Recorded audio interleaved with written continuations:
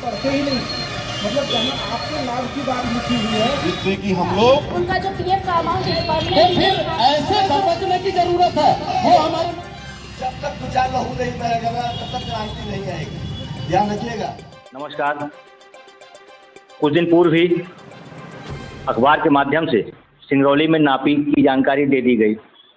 Tata institute के द्वारा NCL प्रबंधन और जिला प्रशासन मिलकर आज से 6 महीनों तक सिंगरौली और आसपास के क्षेत्रों की नापी करेंगे। इसे लेकर एनसीएल अपना रुख साफ नहीं कर रहा है। पूर्व में भी हमारे द्वारा पूछे गए सवाल पर सीएमडी ने कोई स्पष्ट जवाब नहीं दिया था। उन्होंने कहा था कि इसे विस्थापन नहीं पुनर्वास के तौर पर देखा जाए, मगर पुनर्वास की कहीं कोई बात नहीं हो रही। आज इस मुद्दे पर बात करने के लिए हमारे साथ लोकप्रिय नेता और पूर्व विधायक श्री राम लल्लू गैस जी हैं। राम लल्लू जी नमस्कार। नमस्कार। आप पूर्व में भी विस्थापन का दंश झेल चुके हैं। मढ़ौली से आप विस्थापित होकर यहाँ आए हैं और पूर्व में भी जो सीएमडी रहे हैं चाहे पीके सिन्हा के समय से मोरवा विस्थापन की चर्चाएं जोर शोर से शुरू हो गई थी। कहीं ना कहीं इन सारे मुद्दों को लेकर आप भी जागरूक रहे हैं, आगे उनके साथ बैठकों पर रहे हैं। क्या शुरू से ये पूरा मामला रहा है, विस्तार से बताइए।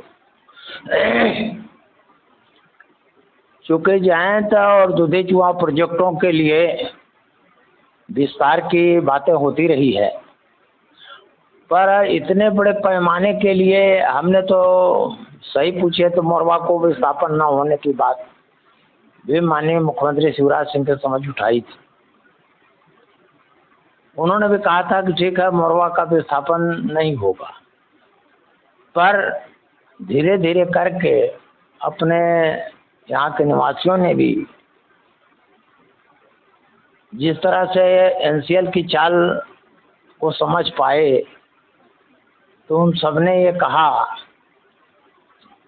कि विस्थापन पहले तो नहीं होना चाहिए, वो होना भी चाहिए। तो लोगों को बसाहट की और यहाँ के जमीनों के मकानों की लागत की भरपूर व्यवस्था होगी तभी हम सबको, क्योंकि बार बार उजाड़ने के बाद ही हम मोरवा बसा हुआ। बड़े पैमाने पर मढ़ौली वार्ड क्रमांक 10 को 2011 में सेक्शन 9 लगा। इसके बाद वहाँ का जो जनता ने एनसीएल का मार सहा है वो सबको विदित है। आज तक मकान गिरा देने के बाद भी बहुत से लोगों को मुआवजा नहीं मिल पाया और साथ ही बड़ी समस्या ये रही कि आज तक मकान पर 10 साल हो गए, उस पर संपत्ति का ब्याज नहीं दिया गया। इसके बारे में हमने कोयला मंत्रालय, कोयला सचिव सबसे खटखटाया कि न्याय की बात करें आप कि सिंगरौली जिले में ही एलआर एक्ट के तहत जो भूमियों का अधिग्रहण ललितपुर सिंगरौली रेल लाइन के लिए हुआ, अन्य कंपनियां कोयला निकाल रही जिले में सुलियरी डोंगरी आदि क्षेत्रों में, वहां पर यदि भूअर्जन के बाद विलंब से मुआवजा देने की बात आती है तो ब्याज सही देती, किंतु एनसीएल ने 3-4 साल के बाद भी आज तक वो निर्णय कोयला मंत्रालय नहीं कर सका, या एनसीएल के अधिकारियों ने ही इस तरह के गतिविधि की है जिससे कि यहाँ की जनता परेशान है। जहाँ तक एनसीएल की बात की जाए तो ये जानकारी मिली थी कि ये केंद्र सरकार के अंतर्हीन आती है और ये चीज़ जब ये संशोधन हुआ तो राज्य सरकार के ऊपर छोड़ दिया गया था। उस समय भाजपा सरकार के द्वारा ही ये चीज़ लगाई गई कि नहीं, इन चीज़ों पर ब्याज नहीं मिलेगा। एनसीएल और केंद्र सरकार के अधीन जो भी यहाँ कंपनियाँ हैं। हमने कोयला सचिव जब आए थे यहाँ सिंगरौली में, कोयला सचिव हैं मीणा जी और माननीय सीएमडी भोला सिंह के समक्ष मैंने यही बात की थी कि भाई पहले सबसे बड़ी बात तो यह है कि नियम कानून कायदे को भी धज्जियां उड़ा दी जा रही। अधिलार एक्ट में ये है कि समस्त परिसंपत्तियों पर दे होगा ब्याज। ये सिर्फ मढ़ौली भर गए 10 नंबर वार्ड में अधिग्रहित का क्यों नहीं दे रहे हैं? इस पर निरंतर प्रयास चल रहा है। और आज इसी कड़ी में कहता हूँ कि जब तक वहाँ का निर्णय नहीं कर लेती केंद्र सरकार, जमीन तो लिया केंद्र सरकार, कहते हैं भारत सरकार का हो गया, तो एनसीएल क्या करेगा? भारत सरकार से क्यों आगे बात करे कि हाँ हमको लेना है, ये चीज़ आपको हम मुहैया पुनर्वास पुनर्स्थापन करेंगे। कहाँ पर प्लाट देंगे? यहाँ की जनता के हिसाब से, मांग के हिसाब से दे, वो अपने मर्जी से वो कैसे कह रहे हैं। एक बात ये भी निकल के सामने आई कि आपके विधायकी के कार्यकाल में भलुगढ़ की जगह को चिन्हित किया गया था, आपने लेटर पैड पे लिख के दिया, क्या ये बात सही है? मैंने कोई जगह नहीं लिखा है। आपको ये बता रहे कि मैंने जो एक चिट्ठी लिखा था उसमें लिखा था 25 लाख रुपए प्लाट के बदले या दिया जाए, उसको पालन करें ना। 25 इसके बाद प्रशासन से लोग चर्चा किए जब, तो उन लोगों ने जगह देखा, कलेक्टर आदरणीय मीणा साहब और एनसीएल के लोगों ने ये तय किया कि भलगढ़ तरफ जमीन है तो वहाँ आदि हो जाए तो अच्छी है। मैंने कोई चिट्ठी नहीं लिखा है। ये बात कलेक्टर साहब ने बाद में हमको बताया कि मढ़ौली का पुनर्वास के लिए हम लोग गए थे एनसीएल के साथ, देखे हैं वहाँ रिकॉर्ड में मध्य प्रदेश शासन है, 2-3 गांव की थोड़ी थोड़ी ज़मीनें मिला करके वहाँ पर है, कैसा रहेगा? तो हमने कहा कि अब हम तो देखे नहीं हैं, और जो होगा आप लोग अच्छे ढंग से विस्थापित करना चाहते हैं, प्लान करके लोगों को बसा देंगे तो और अच्छा। मोरवा का विकास रुका हुआ माना जा रहा है, यहाँ की जमीनों के रेट नहीं बढ़े हैं। बता रहा हूँ मैं, बार बार जब मढ़ौली का 10 नंबर वार्ड उजड़ने के था तो मैंने कुशबैग और पड़ताली को ही अधिकारियों को लेकर घुमा के दिखाया था कि इस क्षेत्र का विकास होना चाहिए। हाँ, इस क्षेत्र का विकास होना चाहिए, यहाँ के लोगों को बसाना चाहिए। तो बड़े पैमाने पर आज ये कह लीजिए आप, ये मढ़ौली, पजरे, चटका, झमुर्दा 1485 हेक्टेयर के आसपास भूमि का अधिग्रहण ये कर रहे हैं। इतने बड़े पैमाने पर अभी तक कोई भी अर्जन नहीं हुआ। आज की तारीख में ये बैठ के बातें करना चाहिए और अनुबंध होना चाहिए। बहुत से चीज़ें ये है कि आज जो अधिकारी है वो तो बात करके इधर उधर करके काम निकाल लेंगे, पर कल कोई आता है तो मैं नहीं जानता उस बात को, तो पब्लिक तो परेशान होगी ना। पब्लिक को ये सवाल उठता है। सवाल लोग ये भी उठाते हैं कि केंद्र में भाजपा की सरकार है, राज्य में भाजपा की सरकार है, यहाँ भी तीनों भाजपा के विधायक हैं, पूर्व में भी भाजपा के विधायक रहे हैं। कहीं न कहीं राजनेताओं की उदासीनता देखी जा रही है, जिस कारण से ये सारी चीज़ों को लागू करना, क्रियान्वयन करना मुश्किल हो रहा है। क्या ये बात सही है? देखिए, हम आपको बताते चलें कि 10 नंबर वार्ड का जब 4 लाख रुपया एकड़ का निर्धारित कर रहे थे और दूधी चुआ का, उस समय मैंने बात उठाई और दिल्ली गई हुई फाइल लौट के आई और कलेक्टर के गाइडलाइन के बाजार रेट पर फिर तय हुआ 53 लाख रुपया हेक्टेयर मढ़ौली के जमीन का। तब जाके वो मुआवजा उस दर से बना और भुगतान हुआ जमीन का ब्याज सहित। सिर्फ मकान पर ब्याज नहीं दे रहे हैं, वह कुछ अपने लोगों के गड़बड़ी के कारण मामला चला गया, लड़ाई झगड़ा कारण अधिकारी लोग नहीं चाहते थे। अब आज स्थिति वही है, ब्लॉक बी में भी ब्याज नहीं दे रहे हैं। तो जब इस तरह का होगा तो भैया हम लोग कोई भी जमीन का क्लियर हुए इस बात का कि हाँ हम ब्याज देंगे, ये लिखित में यदि प्रशासन देगा तो अपनी नापी करें, हमें कोई इतराज नहीं।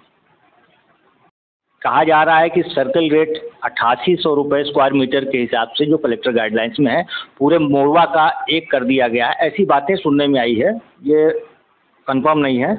और ये भी बात सुनने में आई है कि करीब 16 या 15 टीमें बनाई जाएंगी, जिसमें 8 से 10 लोग रहेंगे, जिसमें किस के रहेंगे, टाटा इंस्टीट्यूट के लोग रहेंगे, एनसीएल के पदाधिकारी रहेंगे, आरआई या पटवारी रहेंगे, या अन्य यहाँ पे जो पार्षद या अन्य लोग जो जिसे प्रशासन नियुक्त करेगा। इन लोगों के द्वारा अलग अलग टीमें बना करके नापी की जाएगी। नापी आपके हिसाब से क्या पूरी जानकारी या जो ब्लूप्रिंट है मोरवा कर निकल जाए उसके पहले नापी होना उचित है? देखिए, नापी तो ये ड्रोन सर्वे के माध्यम से अपना एक तरह से नया इतिहास रचने का काम किया है। अब उससे हमें ये लगता है कि जब ये वेरिफिकेशन करें और हमें संतुष्टि हो जाए कि इतने लंबा चौड़ा ऊंचाई है वास्तव में, इसके बाद आंतरिक घरों के बीच किस तरह का उसका व्यवस्था है, टाइल्स है कि मुजव्वा का है, किस किस तरह का दरवाजा खिड़की से लेके सभी मतलब के लेके और ये वेरीफाई के साथ संतुष्ट हो जाओ किसान, वो रजिस्टर में दस्तखत करे, उसकी एक कॉपी वो दें, हाँ आपका ये पाया गया, इतने लंबे चौड़े ये इस तरह का है, उसकी कॉपी दे दें ताकि वो भी अपने को संतुष्ट हो सके। हाँ, नहीं तो एनसीएल के अधिकारी ये दूधी चुहा का जब मौजा बना रहे थे 1 करोड़ रुपए कढ़ाया यहाँ का रेट, 8 नंबर 9 नंबर के बाजार रेट को लेके। बढ़ौली गांव भी है, ये भी है, पर अंत में दिए क्या 10 लाख रुपया हेक्टेयर, माने 4 लाख रुपया एकड़। घाट मढ़ौली में मिल रहा था 10 के 11 में अर्जन होने के बाद ये रेट हमको आज बता देने एनसीएल वाले, पर कोई कहते आज सुनवाई नहीं होगी, आप जहाँ जाना जाइए।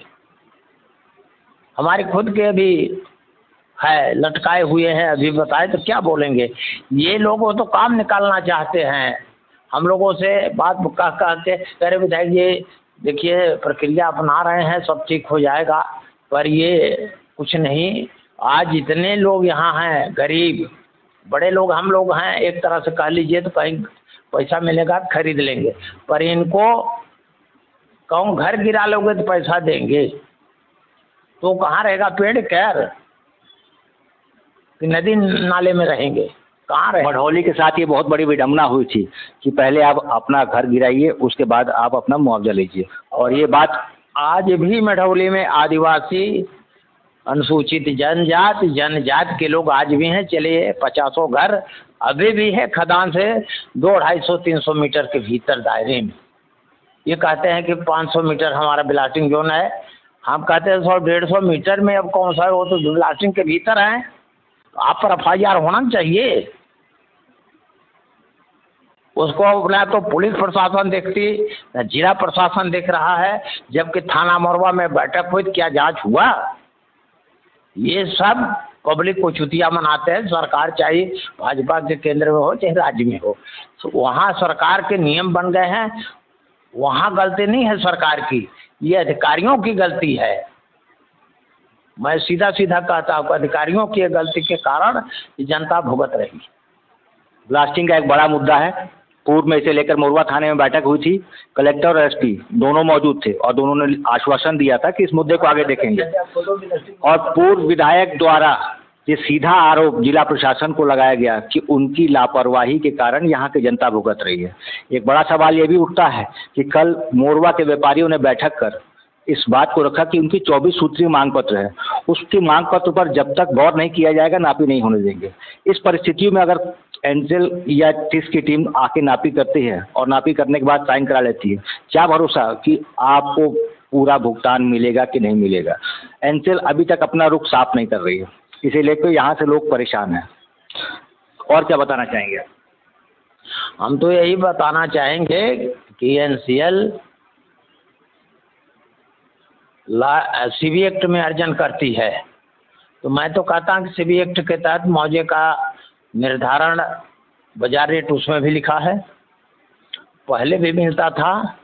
1 साल में 9% ब्याज, दूसरे साल 15% ब्याज, निरंतर जब तक अवार्ड या स्वीकृति नहीं लेंगे तब तक ब्याज लगा के भुगतान करते थे। आज इनको लॉ एक्ट केंद्र सरकार ने कहा, उसका पालन क्यों नहीं कर रहे हैं ये एनसीएल वाले? तो इस तरह से जनता को स्पष्ट रूप से बताएं कि नहीं, हम घरों पर भी ब्याज देंगे, यदि 1 साल के सेक्शन 9 के भीतर यदि मुआवजा नहीं देते हैं तो हम ब्याज सहित भुगतान करेंगे।